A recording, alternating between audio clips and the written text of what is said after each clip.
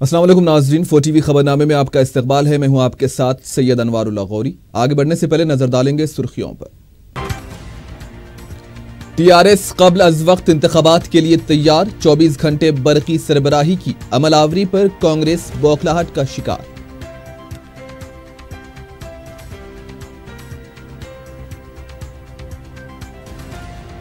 हैदराबाद में काइट और sweet festival का आगाज, 1000 से ज्यादा मिठाइयां दस्तयाब।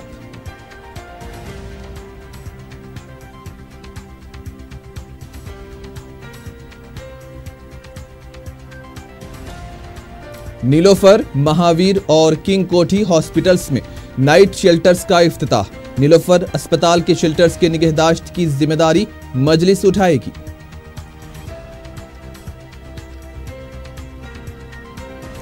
HCA की तहलील और ताज़ा इंतखाबात का अजहरुद्दीन ने किया मुतालबा। एसोसिएशन के हालात पर BCCI को लिखा मकतूब।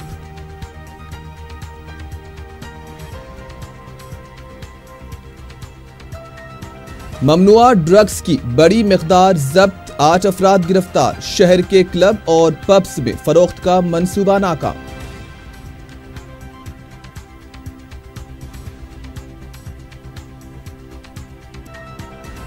नशे की हालत में गाड़ी चलाने का भयानक अंजाम, जुबली हिल्स में नौजवान की मौत, 3 साथी भी शदीद जख्मी।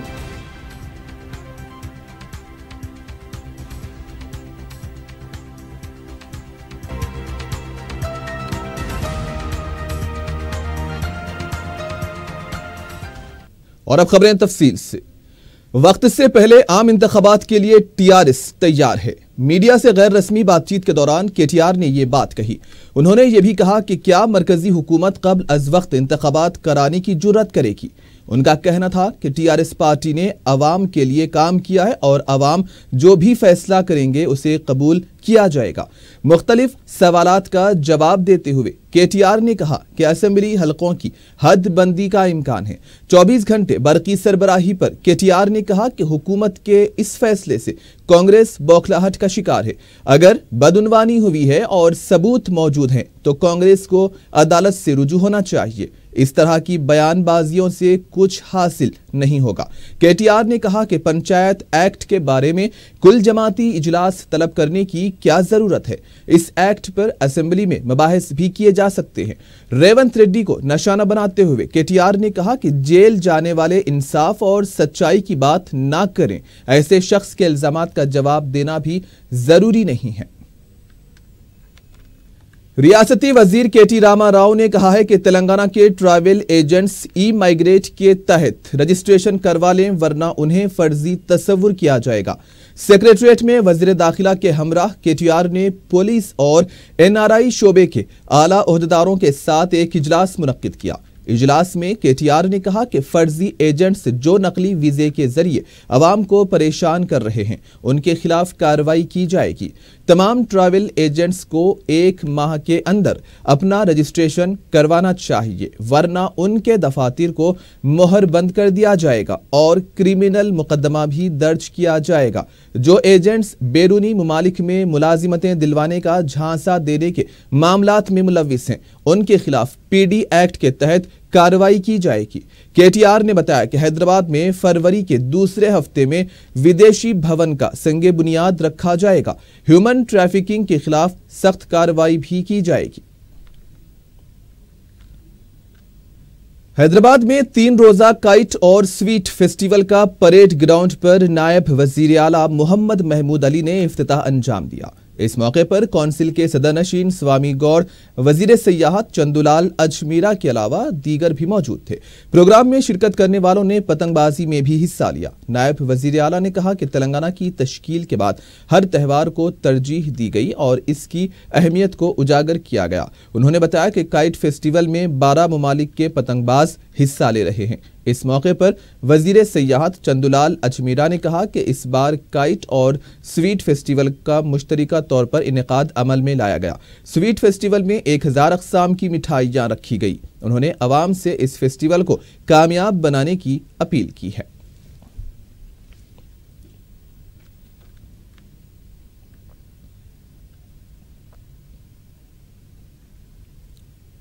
पतंग खरीदता था, जब खींची जाती तो सामने वाले की पतंग काटी जाती। अरे भाई शादी में से काटते क्या, मांझे में से काटो तब मैं तो बोलते थे ये पतंग फेस्टिवल है। तो हमारे मेरे बड़े भाई जो काउंसिल चेयरमैन हमारे सामी गौड़ साहब, ये हमारे पुराने शहर में हम लोग खूब पतंग पिलाए तो है। पतंग का मतलब ही पुराना शहर है, और पुराने शहर में जब तिलसंक्रांत फेस्टिवल आती तो 1 महीने से जितने ग्राउंड रहते फुल हो जाते, हर एक के हाथ में एक पतंग हुआ करती थी। पतंग भी बड़ी अजीब अजीब होती थी, हर किस्म की पतंग होती थी। रियासती वजीर सेहत लक्ष्मा रेड्डी ने नीलोफर चिल्ड्रंस हॉस्पिटल में अटेंडर्स के लिए बनाए गए नाइट शेल्टर की इमारत का इफ्तिताह अंजाम दिया। मुतालिका रुकने पार्लियामेंट व साबिक मरकजी वजीर बंडारू दत्तात्रेय, रुकने assembly Jafar Hussain Miraj, mayor B Ram Mohan, रुकने काउंसिल प्रभाकर और दवाखाने के जिम्मेदारों के हमरा वजीर सेहत ने शब बसरी के लिए मजलिस से इत्तेहादुल मुस्लिमीन की तजवीज़ पर तामीर करवाई गई इस इमारत के G+1 हिस्से का इफ्तिताह अंजाम दिया। वाज़ेह है कि नीलोफर दवाखाने में इंतहाई निगहदाश्त वाले शोबे में ज़ेरे इलाज बच्चों के सरपरस्तों को रहने के लिए कोई मुनासिब ठिकाना ही नहीं था। रुकने असेंबली जाफर हुसैन मेराज ने बताया कि इस मरकज़ की मुकम्मल निगहदाश्त, सहूलियात की फ्राहमी व इंतजामात का मुकम्मल खर्च मजलिस बर्दाश्त करेगी।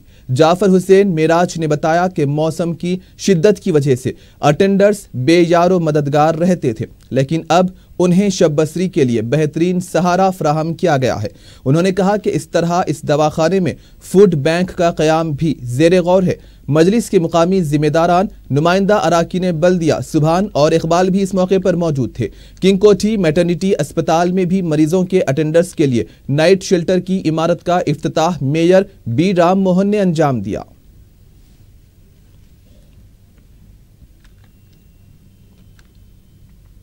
नीलोफर हॉस्पिटल के अंदर नाइट शेल्टर यानी जितने भी अटेंडर्स रहते हैं पेशेंट के साथ में, उनको यहाँ पे सोने की बड़ी तकलीफ़ हो रही थी, वो रात पे रोडों पे सो रहे थे। उसके लिए एक नाइट शेल्टर बनाया गया है, जिस नाइट शेल्टर के अंदर तमाम फैसिलिटीज़ प्रोवाइड किए गए हैं। उसमें बाथरूम्स रहेंगे, लैट्रिन्स रहेंगे, बेड्स रहेंगे, एवरीथिंग। तो ये जो एरिया नीलोफर हॉस्पिटल का जो बनाया गया है, इसके अंदर 2 करोड़ 60 लाख रुपए का बजट है, जिसमें अभी ग्राउंड +1 बना है, एक और फ्लोर बनेगा। ग्राउंड +1 के अंदर करीब 142 लगे हैं और इसके बाद और एक फ्लोर बनने वाला है। उसी तरह महावीर हॉस्पिटल के अंदर जगह थी, क्योंकि ये जगह भी गवर्नमेंट की लैंड है, महावीर हॉस्पिटल वाले हॉस्पिटल चलाते हैं। इसके अंदर भी एक नाइट शेल्टर इसीलिए बनाया गया है, अगर फर्ज करिए कोई लोग है जिसको घर नहीं है, रात को सोने के लिए रोडों पे सोते हैं, तो वैसे लोगों के लिए नाइट शेल्टर बनाया गया। नीलोफर हॉस्पिटल का नाइट शेल्टर जो है वो इंशाअल्लाह ताला AIMIM नामपल्ली की जानिब से मेंटेन किया जाएगा। रुकने असेंबली रेवंत रेड्डी ने TRS के रुकने पार्लियामेंट बी सुमन को बली का बकरा ना बनने का मशवरा दिया है। मीडिया से बात करते हुए रेवंत रेड्डी ने कहा कि बरकी बदउनवानियों पर वजीर बरकी को अपनी खामोशी तोड़नी चाहिए। इतने इल्जामात के बाद भी वजीर बरकी की खामोशी इस बात का सबूत है कि बदउनवानियां हुई हैं। रेवंत रेड्डी ने कहा कि खानगी कंपनी से बरकी खरीदने के लिए जिनको की पैदावार को कम कर दिया गया है। मार्केट में कम कीमत पर बरकी मिल रही है, इसके बावजूद आवाम से वही कीमत वसूल की जा रही है। एक सवाल पर रेवंत रेड्डी ने कहा है कि वजीर आला कस्साब हैं जो अपने फायदे के लिए किसी का भी गला काट सकते हैं। रेवंत रेड्डी ने सुमन को मशवरा दिया कि KCR की खुशनौदी के लिए वो बली का बकरा ना बने।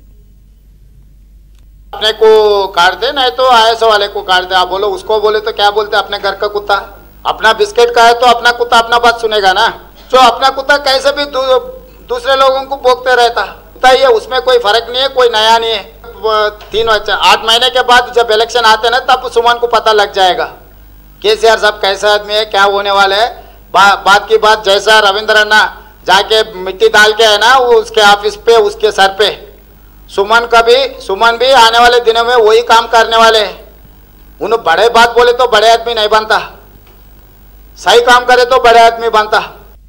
तेलंगाना काउंसिल के अपोजिशन लीडर मोहम्मद अली शब्बीर ने कहा है कि बरकी बदउनवानियों पर चीफ मिनिस्टर मबाहिस के लिए आगे आते हैं तो वो बहस के लिए तैयार हैं।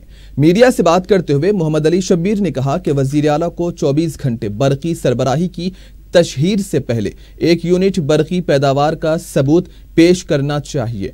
बरकी खरीद कर 24 घंटे बरकी सरबराह करना कोई कारनामा नहीं है। कांग्रेस लीडर ने कहा कि पंचायत राज एक्ट में तरमीम की सोच क्यों पैदा हुई, इसका भी खुलासा होना चाहिए। एक सवाल पर मोहम्मद अली शब्बीर ने कहा कि सुप्रीम कोर्ट जजेस के मामले में वो राहुल गांधी के मौक़िफ़ की हिमायत करते हैं। रुकने काउंसिल पी सुधाकर रेड्डी ने कहा है कि पंचायत एक्ट को पॉलिटिकल एक्ट न बनाया जाए। मीडिया से बात करते हुए उन्होंने कहा कि कर्नाटक में इस तरह का एक्ट बनाने से पहले तफसीली जायजा लिया गया, इसके बाद एक्ट वज़ा किया गया। उन्होंने कहा कि हुकूमत को अपने एजेंडे के मुताबिक नहीं बल्कि अवाम के एजेंडे के मुताबिक एक्ट तैयार करना चाहिए। एक्ट के मुसव्वदे को क़तियत देने से पहले कुल जमाती इजलास भी तलब किया जाए। कांग्रेस पार्टी के कायदीन ने गन पार्क को गंदा कर दिया है। टीआरएस पार्टी की महाजी तंजीम TRSV के कारकुनों ने ये बात कहते हुए तेलंगाना के जहदकारों की यादगार को दूध से धोया। इन कायदीन का कहना था कि रेवंत रेड्डी ने तेलंगाना तहरीक में हिस्सा नहीं लिया था और जहदकारों की यादगार पर धरना देना उन्हें ज़ैब नहीं देता।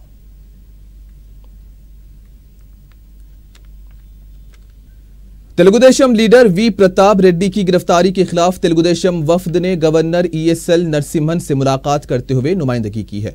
इस मौके पर मीडिया से बात करते हुए पार्टी के रियासती सदर L रमना ने कहा है कि वी प्रताप रेड्डी को गैर कानूनी तौर पर हिरासत में रखा गया। इसकी तमाम तफसीलात गवर्नर के हवाले की गई हैं। तेलुगुदेशम सदर ने प्रताप रेड्डी और कृष्णा मादिगा को फौरी रिहा करने का मुतालबा किया। बीजेपी के फ्लोर लीडर किशन रेड्डी ने हुकूमत पर इल्जाम लगाया है कि पंचायत निजाम को तबाह करने की कोशिश की जा रही है। मीडिया से बात करते हुए किशन रेड्डी ने कहा कि पंचायत इंतखाबात में अपनी गिरफ्त मजबूत करने के लिए नया कानून तैयार किया जा रहा है। गुज़िश्ता 4 साल से पंचायत राज को 1 रुपया भी नहीं दिया गया।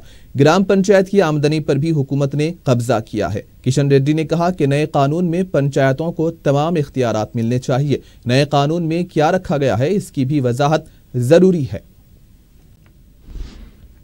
ब्रेक के बाद आपका इस्तकबाल है।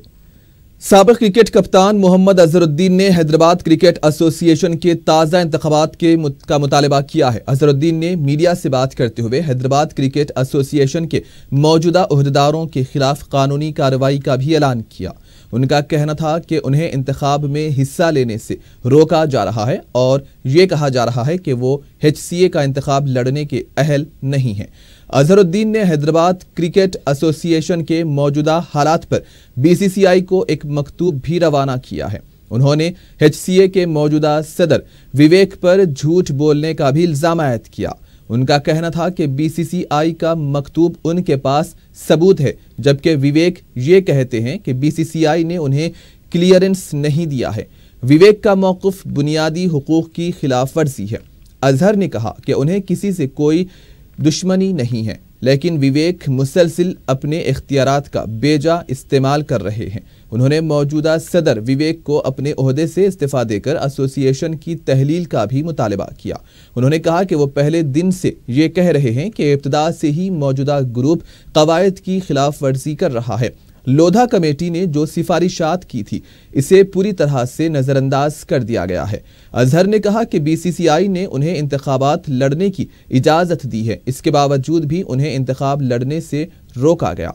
अजहर ने यह भी कहा कि इन बेकायदगियों के खिलाफ वो अदालत से रुजू होंगे। अजहर ने HCA के साबिक सदर G विनोद की HCA के इजलास में शहनशीन पर बैठने पर सवाल किया कि ACB की तरफ से चार्जशीट में नाम आने के बावजूद विनोद किस तरह से बैठ सकते हैं।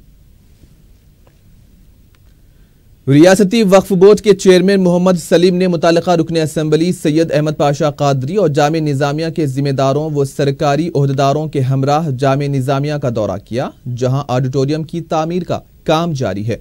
चेयरमैन वक्फ बोर्ड ने एतराफ़ किया है कि फंड्स की इजराई के बावजूद तामीराती काम सुस्त रवि का शिकार है। उन्होंने R&B के ओहदेदारों और कॉन्ट्रैक्टर के साथ एक और दौरा करते हुए तामीरी कामों में तेजी लाने का तयक्कुन दिया। रुकन असेंबली अहमद पाशा कादरी ने बताया कि मजलिस की तजवीज़ पर वज़ीर आला ने जामिया में 1 साल के अंदर ऑडिटोरियम तामीर करने का ऐलान किया था। उन्होंने कहा कि काम किस हद तक सुस्त रफ्तारी से चल रहा है, जिसमें तेजी लाकर इसे बानी जामे निजामिया के उर्स तक मुकम्मल करने की जरूरत है।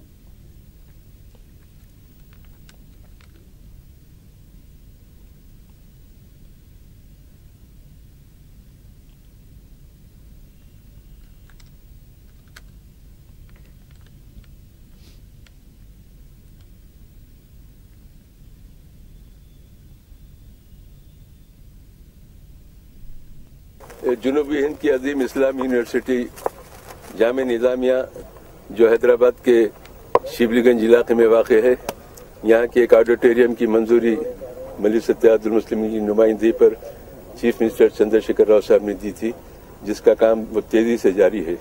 इसको एक डेडलाइन दिए थे कि फरवरी में बानिया जामे निज़ामिया का उर्स शरीफ और सालाना जलसा है, उस टाइम तक इसकी तकमील होना चाहिए ताकि चीफ मिनिस्टर साहब को बुला के उस मौके पर उसका इफ्तिताह करें।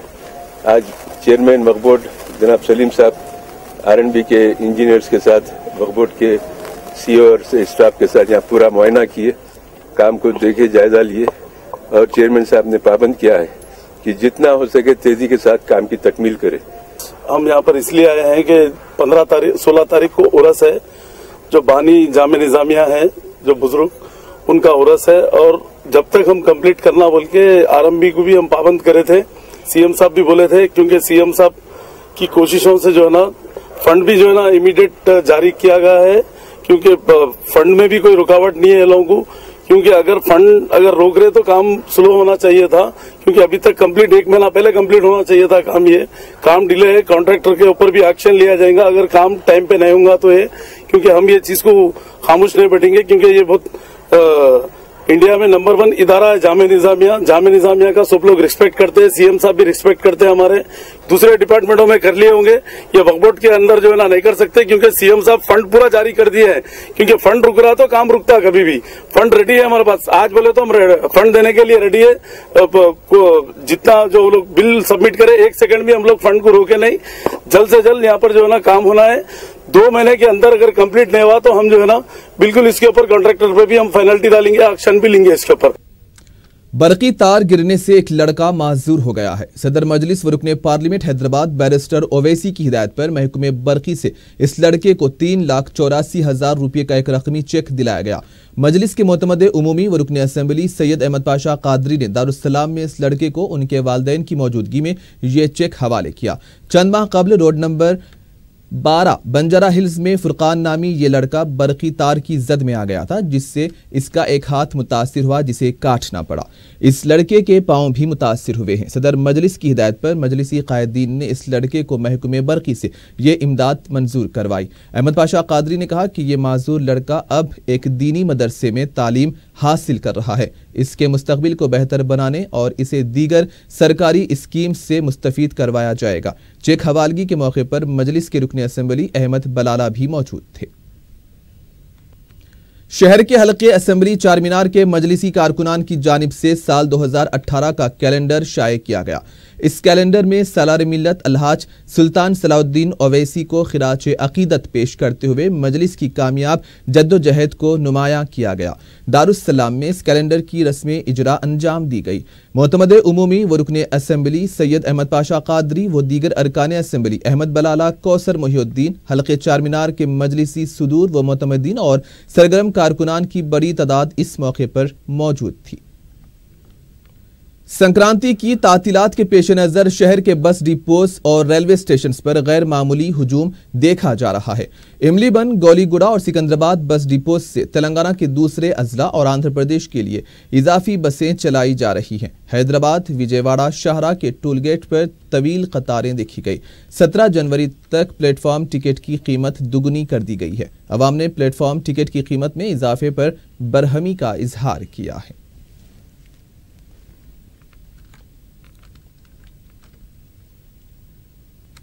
काचीगुड़ा पुलिस ने एटीएम से एयर कंडीशनर्स का सरका करने के इल्जाम में 5 अफराद को गिरफ्तार किया है। DCP east zone Shashidhar Raju ने मीडिया को बताया कि पुलिस ने 18 साला मोहम्मद अहसन रहमान उर्फ फैसल, 20 साला सैयद अकरम, 19 साला मोहम्मद आदिल, 21 साला मोहम्मद इस्माइल उर्फ आशू, और 20 साल मोहम्मद वाजिद खान को गिरफ्तार किया है।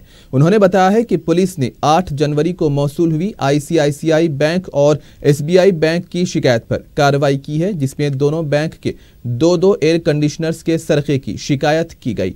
उन्होंने बताया है कि पुलिस ने तहकीकात शुरू करके अहसन और उसके 2 साथियों अकरम और वाजिद की मुश्तबा नकलो हरकत को देखकर उन्हें गिरफ्तार करके पूछताछ की तो ये दोनों सारिक निकले।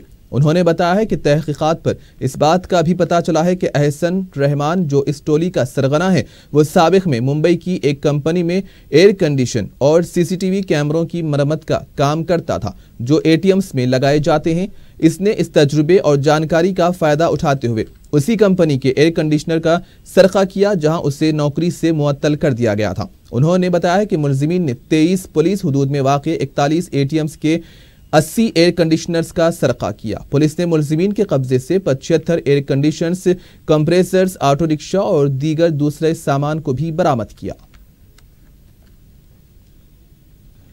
सिटी पुलिस ने बड़ी मिकदार में ममनुआ ड्रग्स की मुंतकिली को नाकाम बनाते हुए 8 अफराद को गिरफ्तार किया है। मीडिया से बात करते हुए DCP शमशाबाद पद्मजा ने बताया कि अनंतपुर और कड़पा से हैदराबाद और शादनगर को ममनुआ ड्रग्स गामा हाइड्रोक्सी ब्यूट्रेट मुंतकिल किए जाने की इत्तला मिली थी। शादनगर पुलिस ने करनूल, हैदराबाद, शाहरा पर तलाशी मुहिम अंजाम देते हुए 4 अफराद दासरी बाबू, श्रीधर रेड्डी, महेंद्र और अमरनाथ को गिरफ्तार किया। उधर राजेंद्र नगर पुलिस ने लोकेश, सुरेश रेड्डी, दनाकर और नेताजी को गिरफ्तार किया। जब्त किए गए ड्रग्स की जुमला मालियत 18.5 लाख रुपये बताई गई है। DCP के मुताबिक ये ममनुआ ड्रग्स शहर के क्लब और पब्स में फरोख्त करने का मंसूबा बनाया गया था। पुलिस के मुताबिक ये ड्रग्स 800-1000 रुपये फी ग्राम फरोख्त की जाती है। गिरफ्तार शुदगान से पूछताछ अभी की जा रही है। नशे की हालत में गाड़ी चलाते हुए एक और नौजवान मौत की आगोश में चला गया। यह वाकया जुबली हिल्स इलाके में पेश आया है। तफसीलात के मुताबिक फिल्म नगर के पास एक गाड़ी डिवाइडर से टकराने के बाद दरख्त से जा लगी। इस हादसे में विश्वजीत की मौत हो गई, जबकि उसके दूसरे साथी जख्मी बताए गए हैं। विश्वजीत बासुर मंदिर का साबिक मुलाजिम बताया गया है। मालूम हुआ है कि ये गाड़ी फिल्म नगर से गच्चीबौली जा रही थी। पुलिस इस सिलसिले में तहकीकात कर रही है।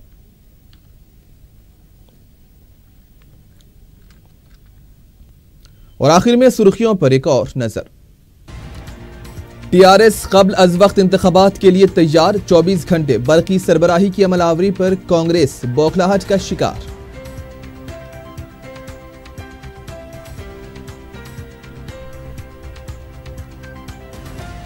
हैदराबाद में काइट और स्वीट फेस्टिवल का आगाज, 1000 से ज्यादा मिठाइयां दस्तयाब।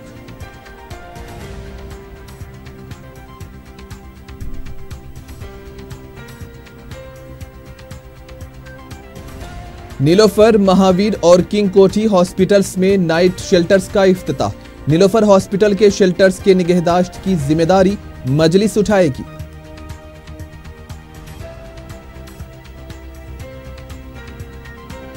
HCA के तहलील और ताज़ा इंतखाबात का अजहरुद्दीन ने किया मुतालबा। एसोसिएशन के हालात पर BCCI को लिखा मकतूब।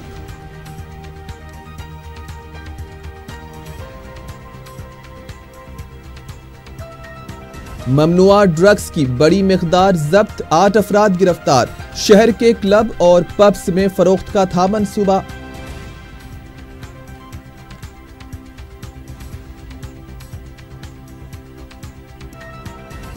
नशे की हालत में गाड़ी चलाने का भयानक अंजाम, जुबली हिल्स में नौजवान की मौत, 3 साथी शदीद जख्मी।